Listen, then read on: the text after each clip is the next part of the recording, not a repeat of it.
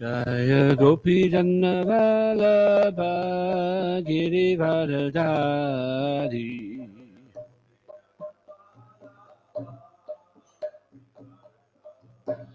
Yashodhanandana Vraja Janaranjana Yashodhanandana Vraja Janaranjana Yamunatira Vanachari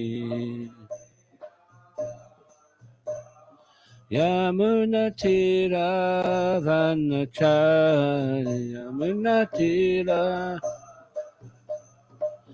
Jaya Radha Madhava Kunja Bihari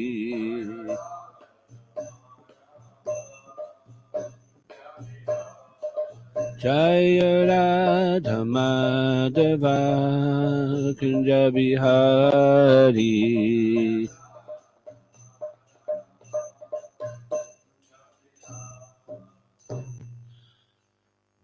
Guru Ki, Shri Prabhupada Ki, Uttarachi Bhagavatam Ki, Uttar Preman. So there's nothing on Vaishnav calendar today, is there?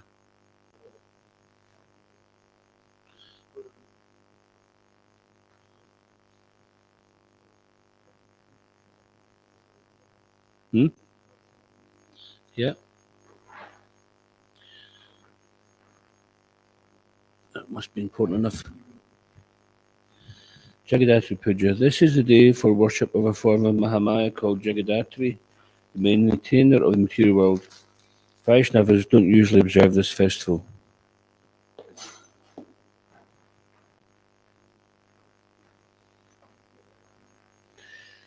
So reading from Nectar of Devotion.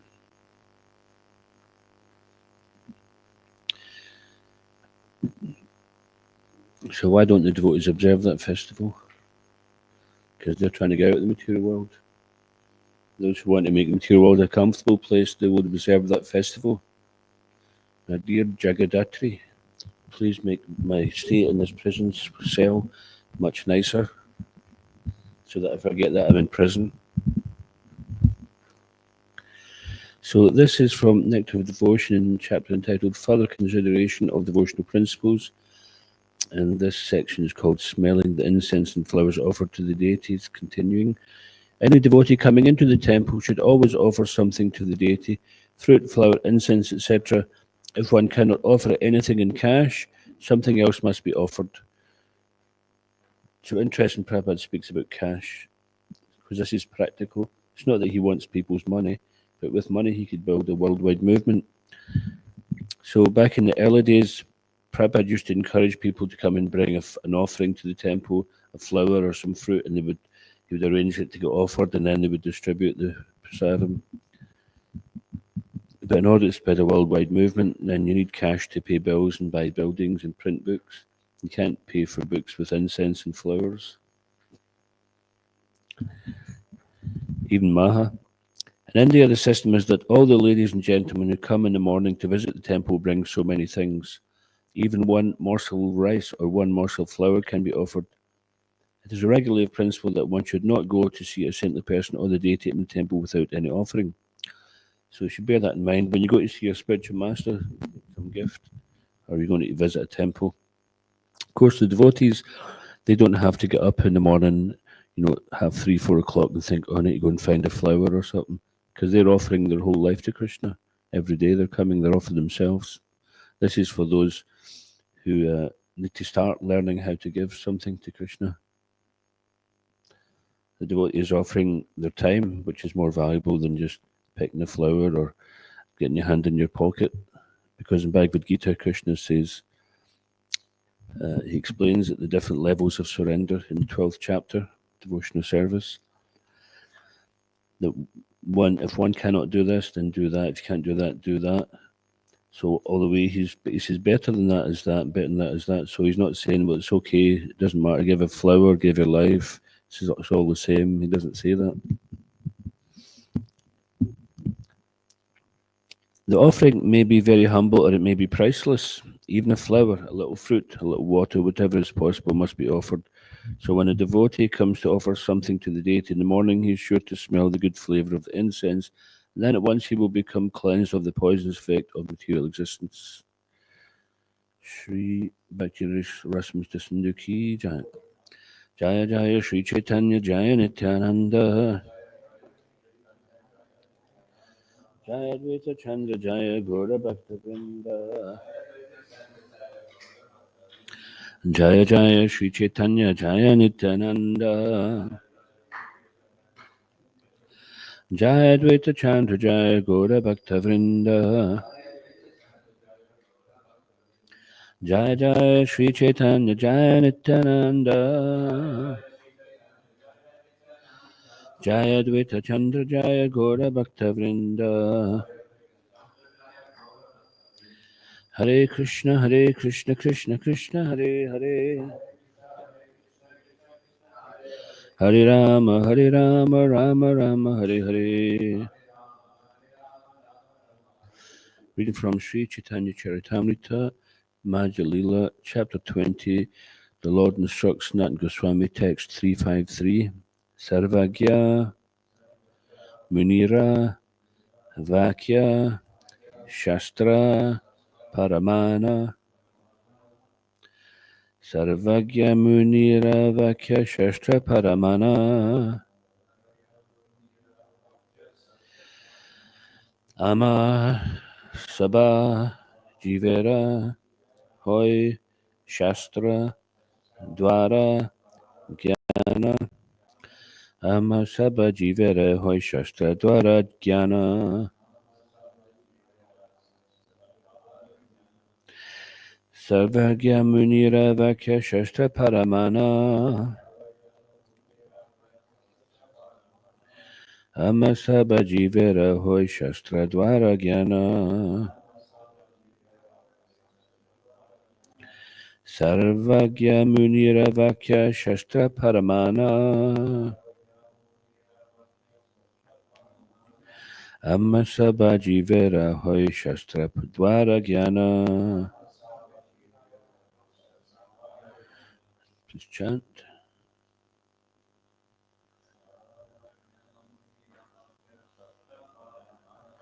Sarvagya Munira Vakya Shastra Paramana.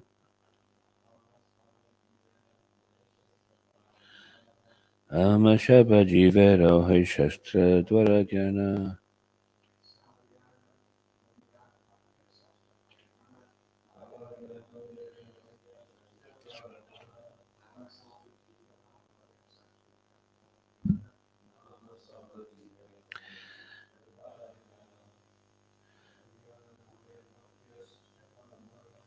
Sarvagya Munira Vakya Shastra Paramana. Amma Sabha Jivera Hoy Shastra Dwara Jnana. Sarvagya Munira Vakya. The words of the omniscient Muni, Vyasadeva. Shastra Paramana, evidence of revealed scriptures. Amasabha, all of us. Jivera, of the conditioned souls. Hoya, there is Shastra Dwara, through the medium of revealed scriptures. Jnana, knowledge. Translation. The Vedic literatures composed by the omniscient Mahamuni Vyasadeva are evidence of all spiritual existence. Only through these revealed scriptures can all conditioned souls attain knowledge. Please repeat. The Vedic literatures composed by the omniscient Mahamuni Vyasadeva are evidence of all spiritual existence. Only through these revealed scriptures can all conditioned souls attain knowledge. Purport by Srila Prabhupada Ki. Foolish people try to concoct knowledge by manufacturing something in their brains. That is not the real way of knowledge. Knowledge is Shabda Pramana, evidence from the Vedic literature. Srila Vyasadeva is called Mahamuni. He is also known as Vedavyas because he has compiled so many Shastras. He has divided the Vedas into 4 divisions, Sama, Rig, Yajur, and Atharva. He has expanded the Vedas into 18 Puranas and has summarized Vedic knowledge in the Vedanta Sutra. He also compiled the Mahabharata, which is accepted as the 5th Veda. The Bhagavad Gita is contained within the Mahabharata, therefore the Bhagavad Gita is also Vedic literature, Smriti. Some of the Vedic literatures are called Shrutis and some are called Smritis. Srila Rupa Goswami recommends in the Bhakti Rasamrita Sindhu 12101 Shruti Smriti Puranadi Pancharatra Vidim Vina I Kantiki Harir Bhakti Utpatayaiva Kalpate. Unless one refers to Shastra, Shruti, Smriti, and Puranadi, one's spiritual activity simply disturbs society. There's no king or government to check people, and therefore society has fallen into a chaotic condition as far as spiritual understanding is concerned. Taking advantage of this chaotic condition, many rascals have appeared and proclaimed themselves incarnations of God. As a result, the entire population is indulging in sinful activities such as illicit sex, intoxication, gambling, and meat eating. Out of many sinful people, many so-called incarnations of God are emerging. This is a very regrettable situation, especially in India. Om Mekanatmarinda Shyagananjana Salakaya Chakshurmanatamyana Tasmashigurave Namaha Makam Karoti Vachalam Pangam Lagate Girim Yakripatamaham Vande Shigirim Dinataranam Jai Shri Krishna Chaitanya Prabhu Nityananda Shri Advaita Gadadha Shri Vasadi Gaura Bhakta Vrinda Hare Krishna Krishna Krishna Hare Hare Hare Rama Rama Rama Hare Hare.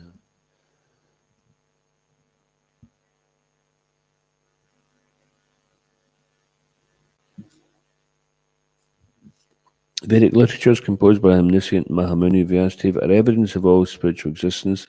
Only through these revealed scriptures can all conditioned souls attain knowledge. So this term Shastra Dwar, does anyone know what Dwar means? Yeah, gate. Dwar, door. It sounds like door. It's actually a gateway. In Jagannath Puri, there's different gates leading into the city, and there's one called Swargadwar. It's actually referring to the crematorium, because when they get burnt there, then they go to Swarg, or the heavenly planets. So the body being buried there is considered to be the doorway to the heavenly planets. Cremated there. So Dwarka, Haridwar, right? There's a place called Haridwar. Of course, the anglicized version of it was Hardwar, which means nothing really. Hardwar. It's Hardwar. But they know better because they're English. Of course, I'm talking about colonial times, where they would take names like Calcutta was originally called Kalikata, wasn't it? It was because there's a lot of Kali worshippers in Calcutta, and then they called it Calcutta, but it was referring to Kalikata. So people who are ignorant, they actually don't realize that there is great meaning in the Vedic literature and the Vedic lifestyle. So Shastra Dwar means that, just like Srila Prabhupada said, that these paintings in these books are windows to the spiritual world.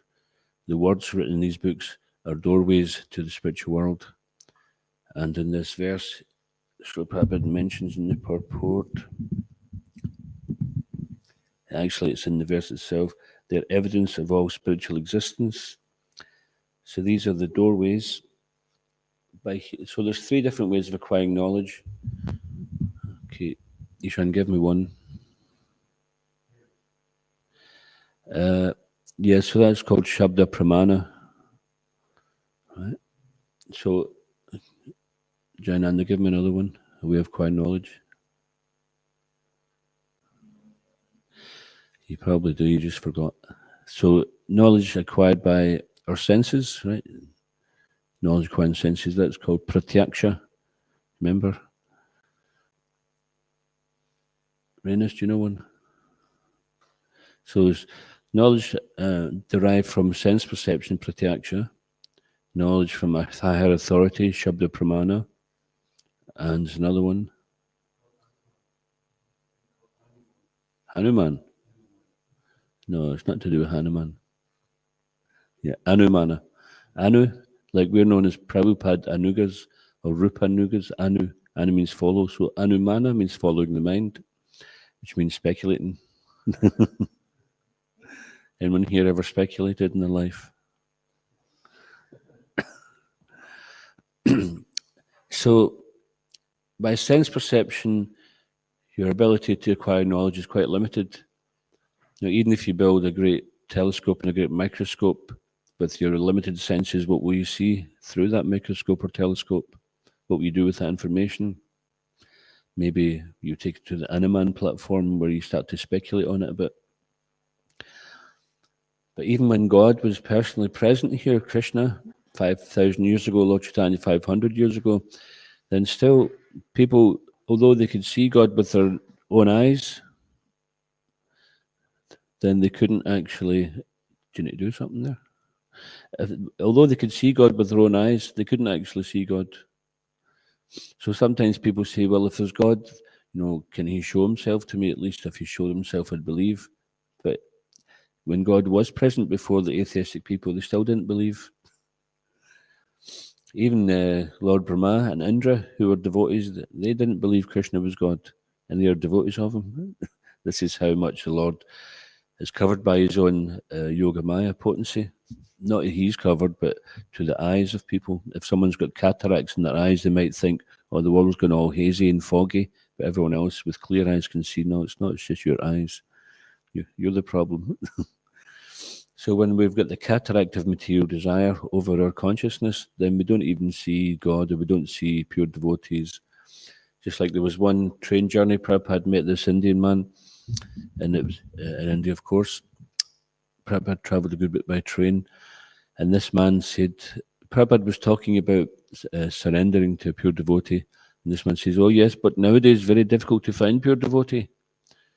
And Prabhupada says, so what is a pure devotee? And he couldn't answer. He says, so you do not know what is a pure devotee, but you cannot find it. That means you do not want to find. So if we want to know, what is to surrender to a pure devotee. So basically saying is because you don't want to surrender, then you don't want to see what is a pure devotee. And then the man said, well, are there any pure devotees? And Prabhupada says, actually, there are many pure devotees on this planet at this very moment. But because you don't want to surrender, then you'll not see them. So Prabhupada is telling him very clearly. So that means now the onus is on the man to say, okay, if I want to see them, then I have to be prepared to surrender. And even within ISKCON, sometimes, without getting into controversy, just briefly, sometimes people say, oh, there's no pure devotees in ISKCON. How do we know? Because we can't see any. Atmanam Daryate Jagat. The blind man thinks everyone else is blind. And because we're conditioned, we think everyone else is conditioned. Or this same verse, Atmavan Manyate Jagat. That in our mind, we think everyone thinks the same as us. Like the thief thinks everyone's a thief, therefore he's very suspicious of everybody. Watch this guy, he might steal from me. What's he going to steal from you? Something that I stole from someone else. Actually, it was interesting. There was one boy used to come to the temple, and he was really upset one morning. I said, what's up? He says, somebody broke into my van and stole all my tools. I said, oh, is that the ones that you stole? Of course it was. So this is karma.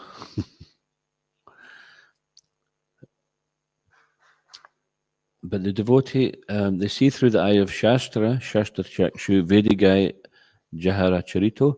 So the Vedic scriptures sing of the character of the spiritual master. And by hearing these transcendental sound vibrations, it's mentioned that one can see God through the ears in Kali Yuga. So seeing doesn't just mean with the eyes, does it? It means understanding and perceiving in some way. It's like sometimes you may be at school and someone's explaining some mathematical formula to you, and the teacher's saying, "Do you see?" Now you can see it with your eyes, but what he means is, "Do you understand?" Isn't it? Do you see? Do you understand? And there's a saying called "seeing is believing," but how will we see? If someone says, "I want to see God, can you show me God?" We say, "Sure. Come and chant Hare Krishna with us and read the Vedic literatures, then you will start to see God." "No, I don't want that. I want him to come before me." "Well, he's standing there, but you can't see him." Why can't I see him if he's there? Because you're not behaving in such a way that he'll reveal himself to you. Prahlad Maharaj said this to his father, didn't he? If you become a devotee, Krishna will reveal himself to you. "What? Reveal himself to me? Hiranyakashipu? Why should I have to anyone reveal himself to me? I demand that he comes immediately and bows before me." This is the demoniac mentality. That why should I bow down to God? And Prabhupada makes the point, you're bound down to so many things. You're bound down to birth, death, old age, and disease. You can't say, "No, I refuse to be born." No, unless you're Sukadev Goswami. How long was it he remained in his mother's womb? Sukadev Goswami was in his mother's womb for how long? 16 years, wasn't it? Now, we can't imagine that. But we're bound down, we're forced. When the time comes to take birth, we have to take birth. When the time comes to die, we have to die. We can't say, "I'm not ready yet." We can say that, but it's not going to make any difference. We get evicted from the body. When disease comes, we can't say, "No, I refuse this." Then you see the ridiculous situations people get themselves into in order to try to avoid the aging process. Blood transfusions, right? Some rich people, they get complete blood transfusions, and they get things put in behind their skin to puff out the wrinkles, and they get things like facelift where their face is all stretched back, and they look like some kind of horror movie. And then so rich people can afford to do these things, and it's not growing old with dignity, is it?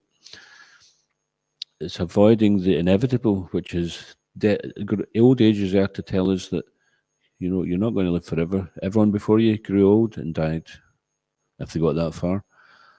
So you're getting old. What does that mean? You're going to die. Are you ready? No, I'm busy. Too busy. Not got enough time. Do you like a book? Too busy. Busy doing what?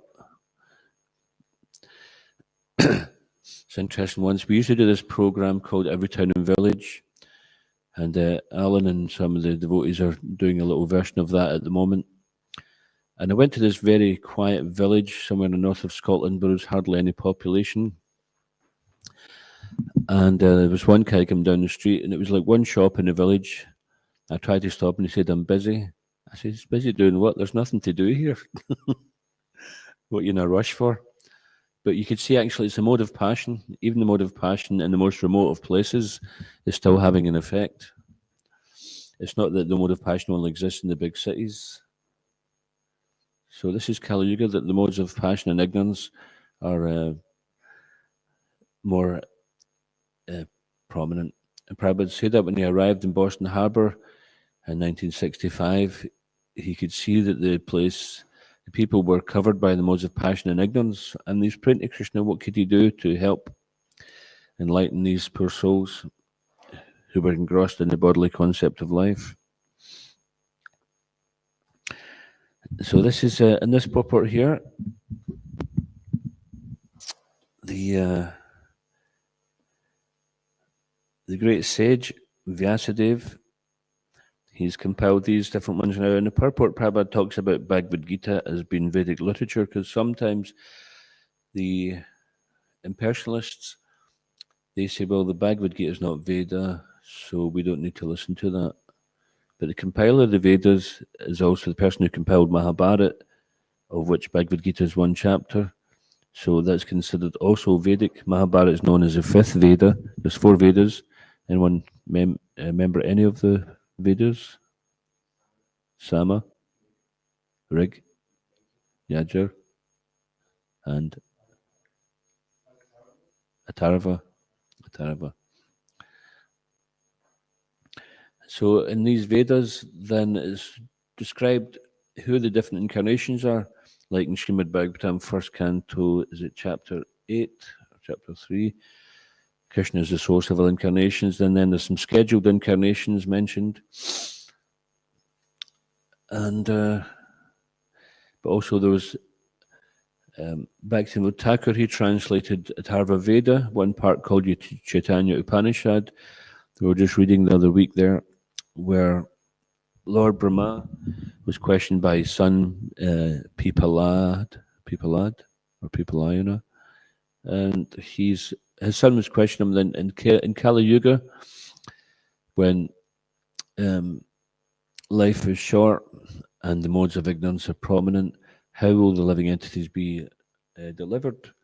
And Lord Brahma stated that in Kali Yuga, the Supreme Lord will appear as Chana Avatar, and he'll be a devotee, but he'll be an incarnation, but he's in the guise of a devotee, and he will teach the Yuga Dharma of Harinam by the chanting of his own holy names, Hari, Krishna, and Rama. He mentioned these three ones, so it's very clear. This was written, thousands of years ago before Lord Chaitanya appeared. So it's not that Lord Chaitanya appeared, then someone wrote, okay, let's just conjure up some old scripture to say that he was going to appear. It was there already for thousands of years, and then Lord Chaitanya appears. It was there before Buddha appeared, before Krishna appeared. And Kalki will also appear in some period of time. Now, I had one person to me recently saying that because Kali Yuga is so advanced, Kalki is coming sooner. Now that would indicate that Krishna doesn't know what he's doing, wouldn't it? It was like, well, Krishna said Kali Yuga will finish in another 427,000 years from now. Then, because 5,000 on top of that was 432,000, right? Interesting that went 432 also refers to a certain frequency, doesn't it? Which is a natural frequency. So, a side note, there was our friend Padmanabh Prabhu. He used to do a lot of recording work, and he was recording one devotee heavy metal band. They were chanting, but they were doing heavy metal. And the devotees, they had been musicians beforehand, and some of them were quite well known in Hungary. And they always recorded on 440 hertz. Now, this 440 is a kind of standard thing, isn't it? But for tuning. But they decided that they would tune everything calibrated to 432. And Paddy said normally when he's working in the studio, after a day of hearing all this stuff going on, a total blinding headache. He says, but this time he was there all day, no headache, because they had tuned everything to 432.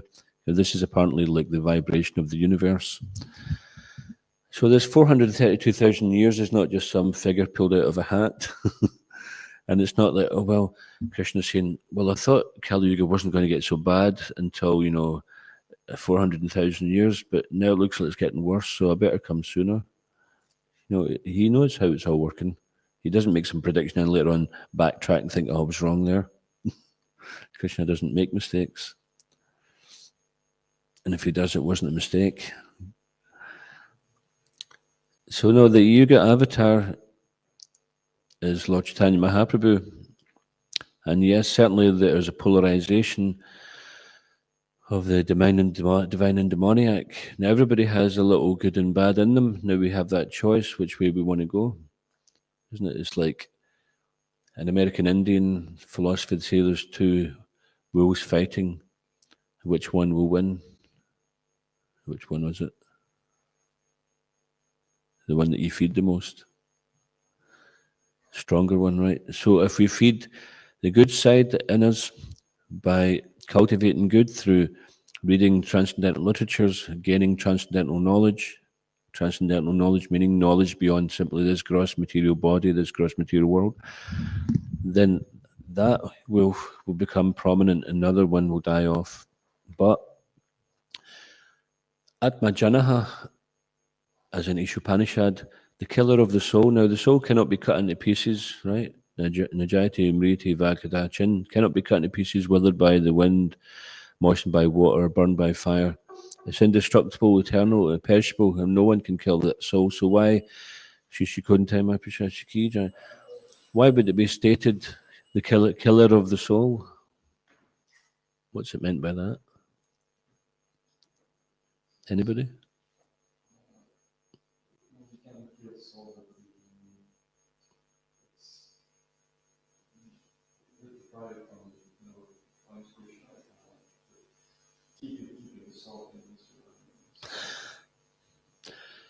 So yeah, so Prabhupada said that sleep is like death to a devotee. So therefore he says, we shouldn't sleep too much. But sleep also doesn't just mean physical sleep, it means ignorance. So to remain in ignorance and to avoid cultivating knowledge, that is the death of the soul. No, the soul doesn't die, but the emancipation, the chances for that is going to die off, isn't it? So therefore, it's important that when we speak, we're speaking knowledge which is going to benefit people. If we say something which is going to mislead them, then we get a reaction for that. So these people who are posing as being incarnations, they are known as, that is also mentioned in the Ishopanishad, that I'm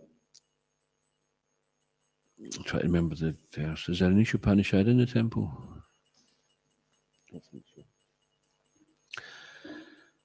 So anyway, the verse says, worse still are those engaged in the culture of so-called knowledge. So so-called knowledge means ignorance in the guise of knowledge. So misleading, people who are misleading, then they enter into the darkest regions of ignorance. Maybe it's mantra 6 or something.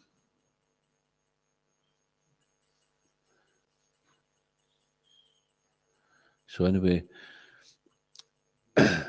what does it say? Neither hates anything nor any being. But there's another one after that.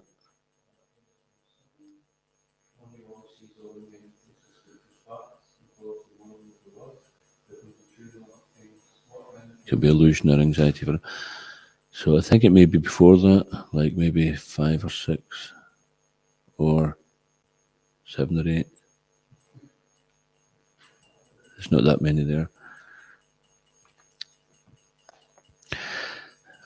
So, have you found one?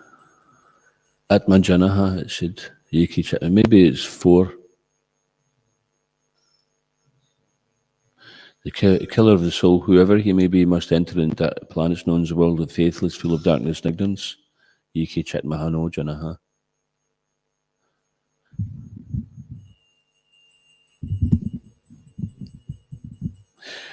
So here anyway, Srila Prabhupada is saying that foolish people try to concoct knowledge by manufacturing something in their brains. That is not the real way of knowledge.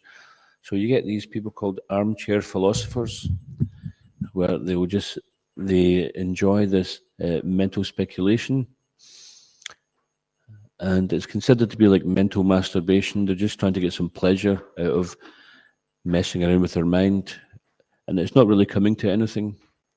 It doesn't actually produce any real result.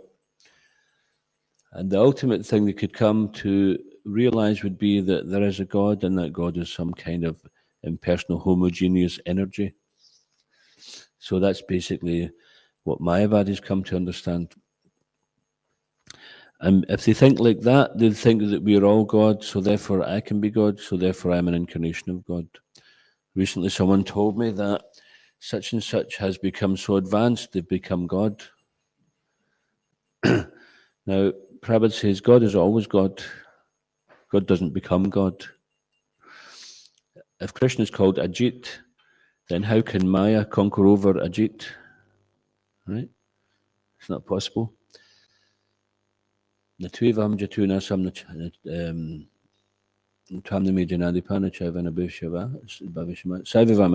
never was there a time when I did not exist, nor all these kings, nor any of us shall cease to be. So Krishna explains about the eternal individuality, and Krishna also explains in Bhagavad Gita,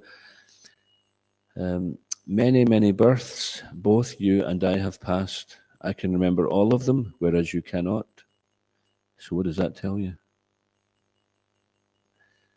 Does that say that Krishna and Arjuna are the same? And Arjuna just got a bump in the head and he forgot? I can remember all of the births, but you can't. So it tells you that Krishna is not an ordinary jiva.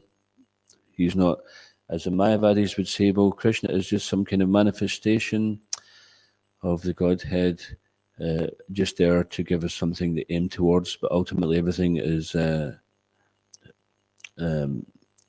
Brahman. No. Krishna said, I remember all those births, but you cannot. So the jiva doesn't have the capacity that Bhagavan has. So Bhagavan means one in full, who is full in 6 opulences. So we all have a little opulence. We're all tiny little Bhagavan imposters. We've got a little fame, a little knowledge, a little beauty, a little strength, a little renunciation. In Kali Yuga, not much renunciation, little wealth. So we have little, we've become so attached to it. But Krishna, although he has everything in full, then he's not even attached to any of it. So it's a good job that Krishna's God, otherwise we'd be in trouble. Imagine you were God, right? What condition would the world be in? It'd be a bit of a mess, wouldn't it? There'd be a lot of dead people to start with. All our enemies would be killed, right? But what does this tell you? This is from the 16th chapter. My enemy has been killed, and this other enemy will also be killed. This is demonic nature. That anyone who's our enemy, we just kill them off. Now, whether that means physically or otherwise. So this is demonic, but Krishna is the divine. He's the fountainhead of all incarnations. And the Shastra is telling us who the incarnations are, what their functions are. You have different incarnations. You've got Leela avatars, or ones who come for pastimes. You've got Purusha avatars. You've got the Guna avatars.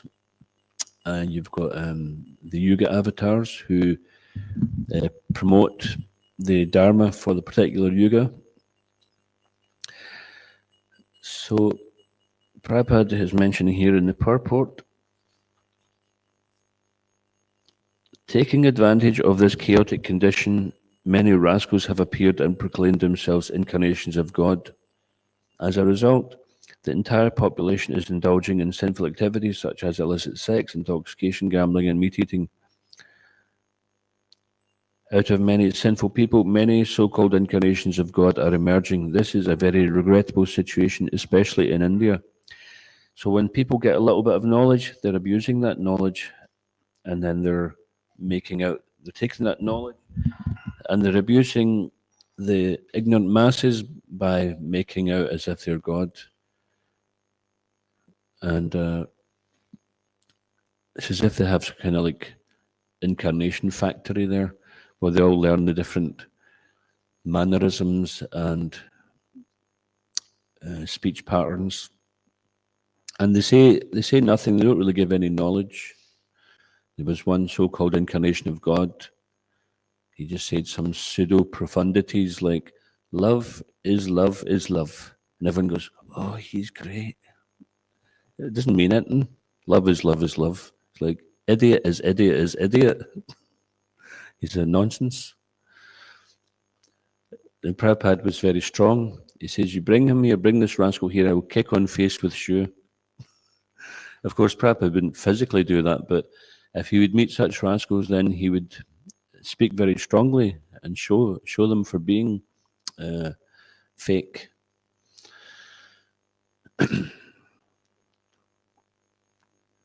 So out of ignorance, people are accepting incarnations of God. And Prabhupada would not only criticize those false incarnations, those imposters, but even more so the people that follow them. Because if somebody shows up today at the temple, says, "I'm God," and we'll just say, "Yeah, right, Prasadam Hall's over there, take Prasadam and bye-bye," then he's not going to get any traction, is he? Nobody's going to follow him. But if you say, "Oh, he says he's God," he must be, because he's got a funny haircut. He's got a big hairdo like this or something, big afro, or he's got he wears his chadar in a certain way, or he's got a certain interesting tilak. or he says a few pseudo profundities. Now, if we give him that credit, or her that credit sometimes, then what happens is we're creating a supply and demand. If there's no demand for the false incarnation, then false incarnation doesn't exist, do they? So therefore, Prabhupada said that worse than these bogus people is one who follow them, because they're giving them that position. So therefore, Prabhupada wanted this book distribution to go en masse, because when they read these books, then they'll get knowledge. Someone shows up and says, I'm God, they'll say, according to the Vedic literature, you're not God, you're dog. And this happened in Glasgow. Srila Prabhupada came to Scotland in 1972. He gave one program in Edinburgh and one in Glasgow, Woodside Halls, in Maryhill. And Prabhupada gave a lecture, and at the end, one local man stood up and he started spouting a load of nonsense, and he finally said, I am God, and then he sat down, and that was it. So Prabhupada waited a few moments, and he said, you're finished? And he said, yes. He says, so God has nothing more to say? And he says, actually, you're not God, you're dog. And then everybody applauded. But then Prabhupada preached to him. He didn't just like annihilate him. He explained to him, you're not God. God is always God. Just like we had Govardhan Hill last week, the pastime, the festival. Now, Krishna, when he was a young boy, he lifted Govardhan Hill. He didn't have to become God to do that. He just is always God. And people think, well, how can he lift a hill? Well, he can create planets which have got many hills and mountains on them and float them in space and put them into orbit. Surely lifting a hill is like child's play. Sometimes people pose this trick question that can God create something so heavy he cannot lift it? Right, a trick question. So what do you think? If you answer no, then what that means he's limited. He can't create something that's too heavy. And if you answer yes, then you can't lift it. That means he's limited, he can't lift it. Right? So what do you think? Somebody knows the answer.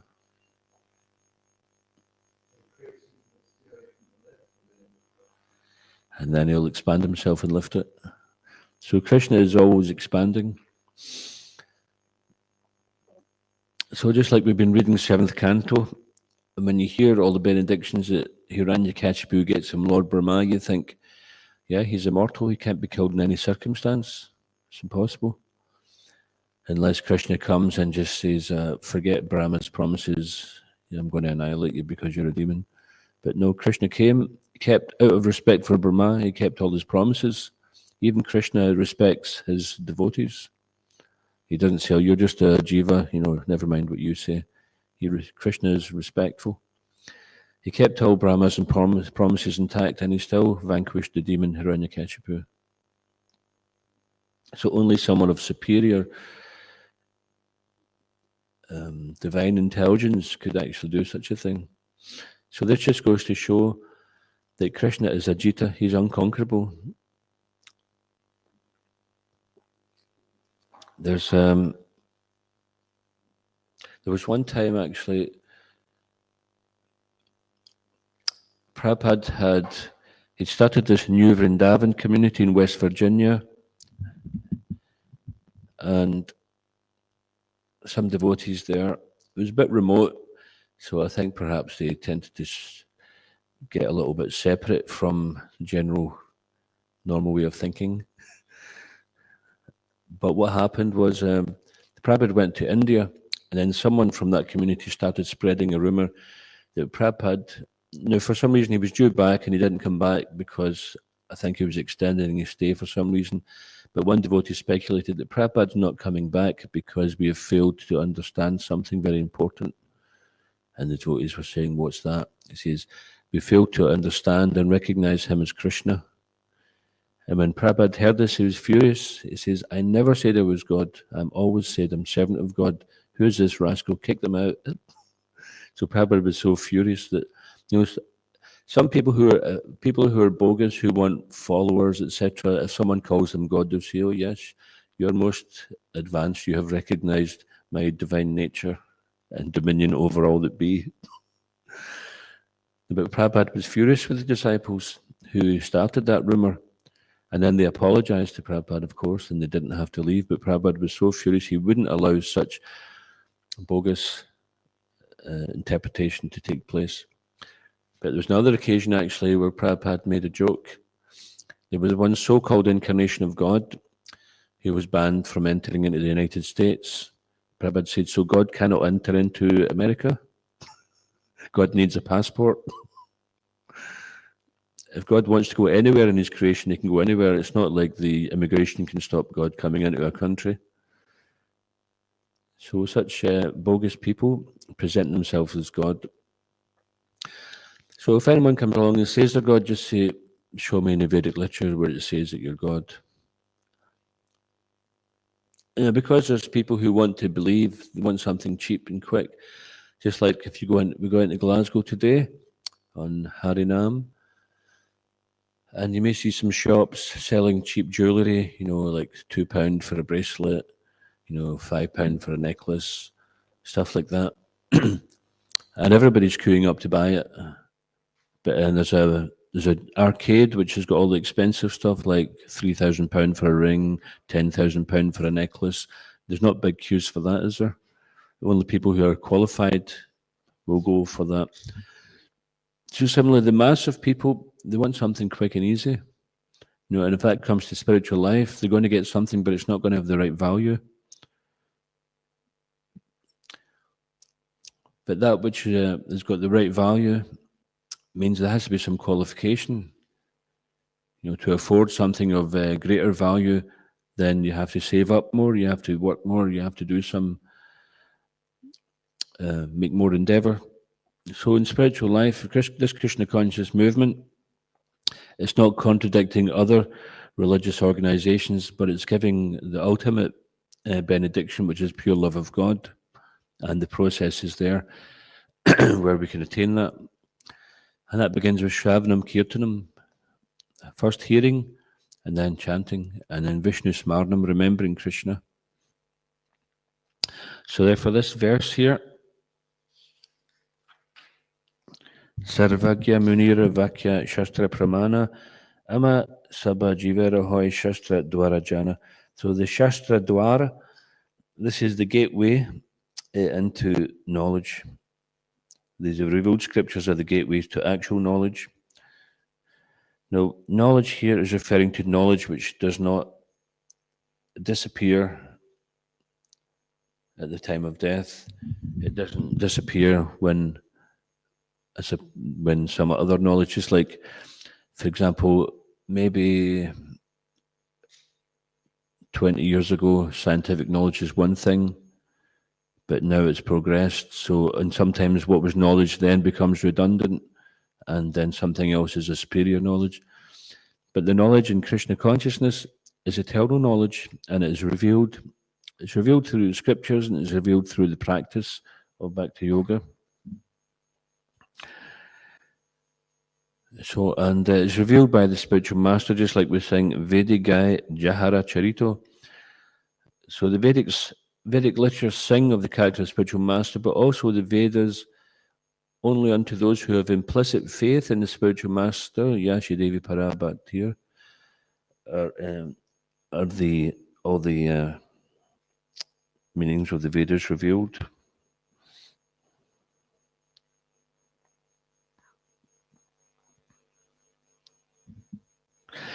In Bhagavad Gita 246, all purposes served by a small well can at once be served by a great reservoir of water. Similarly, all the purposes of the Vedas can be served to one who knows the purpose behind them.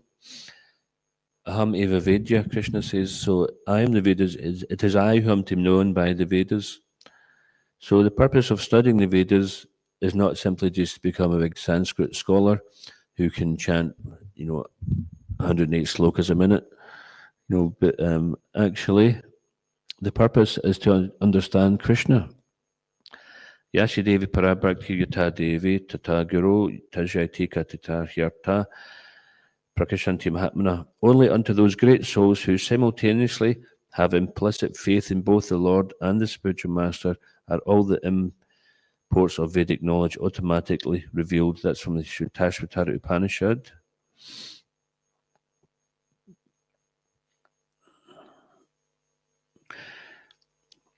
So even reading the Vedic literature itself is not enough. We also have to have a spiritual master, just like you might try to study some very technical subject, but unless you have a teacher or a professor who can explain it to you, then you may never understand it properly. What to speak of spiritual life, which is much more important. So this Shabda Pramana, getting knowledge from a higher source, this is the perfect source. So, for example, say you want to be a brain surgeon, you could just witness somebody doing it and think, okay, he's cutting that bit there, a bit of blood spilling out, he's putting something in there to stop the blood spilling, blah, blah, blah. Okay, I could do that. I watched that video a few times. I could do a bit of brain surgery, and we just get a little certificate we make up. We just go into some kind of app on our laptop and we make some certificate. Joe Blogs, brain surgeon. I've watched the video 10 times. I'm qualified. It says that in the small print. How many customers are you going to get? So that's pratyaksha, just by direct sense perception. We get a limited perception of what's going on there. Just like the story Prabhupada gives, there was one boy decided to become a vet's apprentice, a veterinary surgeon's apprentice. So he seen there was the vet was called out to this horse that was suffering, had a lump in his throat, and the vet smashed it with a hammer, and the horse was well again. So the boy thought, I could do that. I don't need to stay here for 5 years, become an apprentice. I'll just get myself a hammer and I'll do that. So he also got called. One horse had a lump in his throat and he smashed it and killed the horse. The first one had a watermelon stuck in his throat. The other one had a tumor. So sense perception is such a limited way of acquiring knowledge.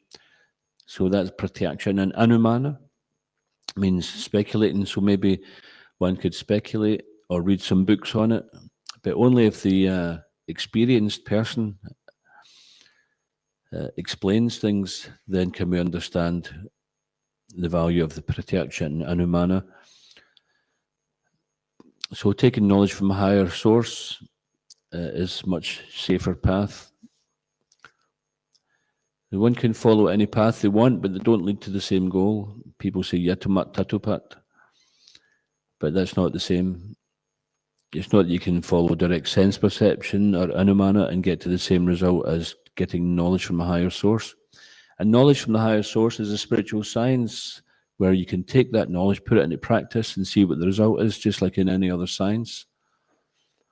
If there's some scientific theory, they have hypothesis, and then they have some experiment to prove that, and then the evidence is there, isn't it? If you have a theory and your hypothesis is not explained through experiment, then it's still just a theory, isn't it? Can't go any further. You can't prove it. So spiritual life is like that. It's a spiritual science. It's not a pseudoscience. If you chant Hare Krishna, follow the 4 regulative principles, and start taking into our life, practicing the teachings of Bhagavad Gita, Krishna's words, then we'll see so many changes in our life. We will lose the attraction for material life, and we'll become spiritually enriched.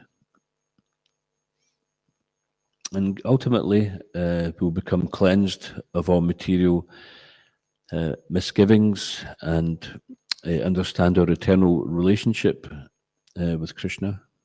Anyone get any questions or comments?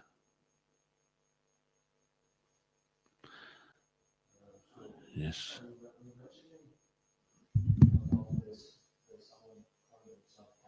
Yeah.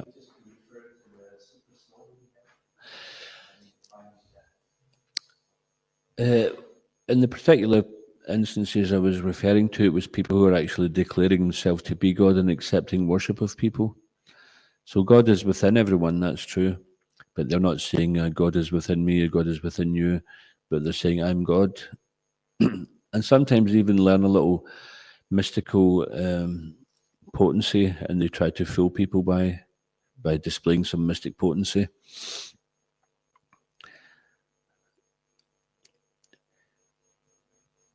Yeah, and because I've seen it once actually, this person, he wasn't declaring himself as God, but the people were flocking around him like some kind of mass hysteria, and I could see other people getting caught up in it.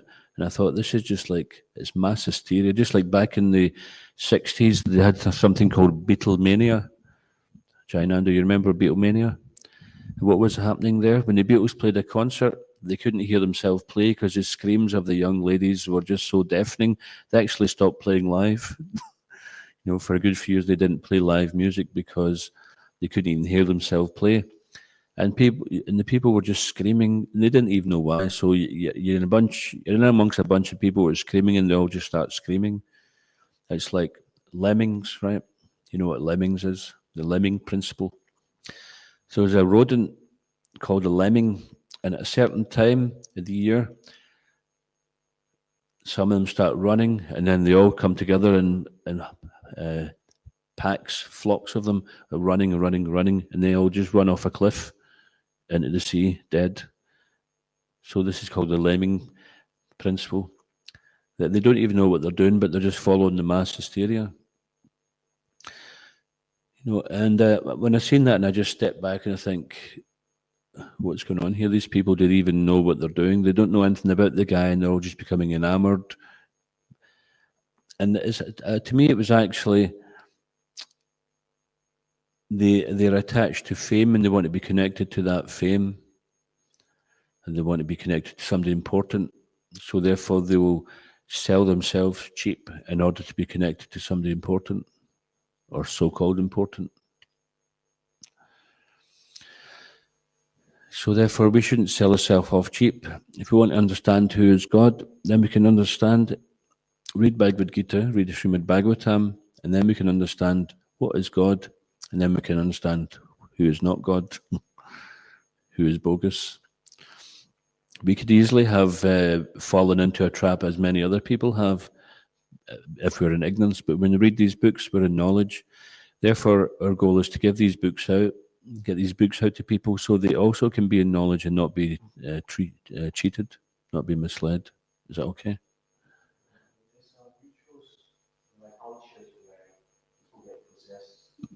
What's that, sorry? Rituals. Yeah.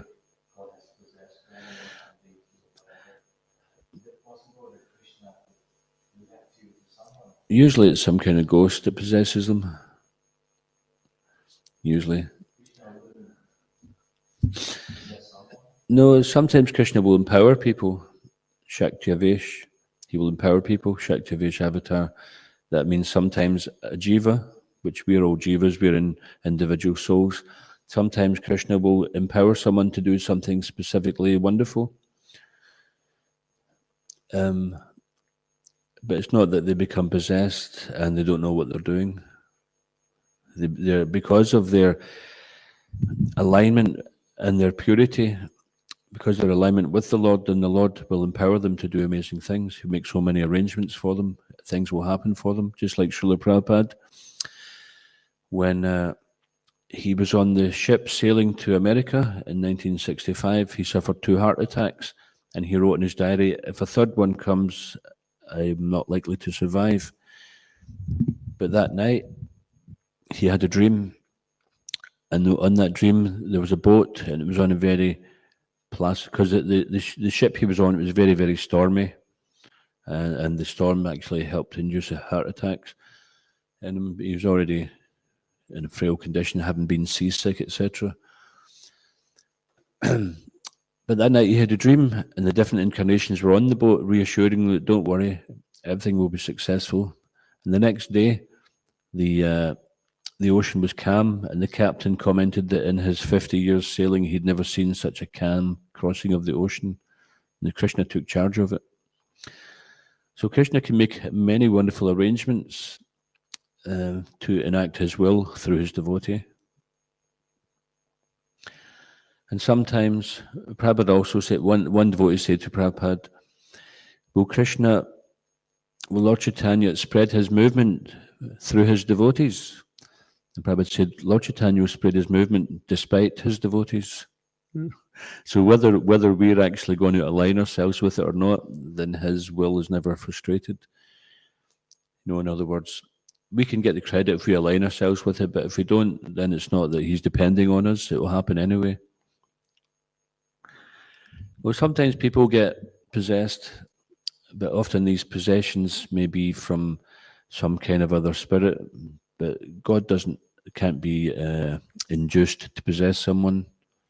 He goes by his own sweet will.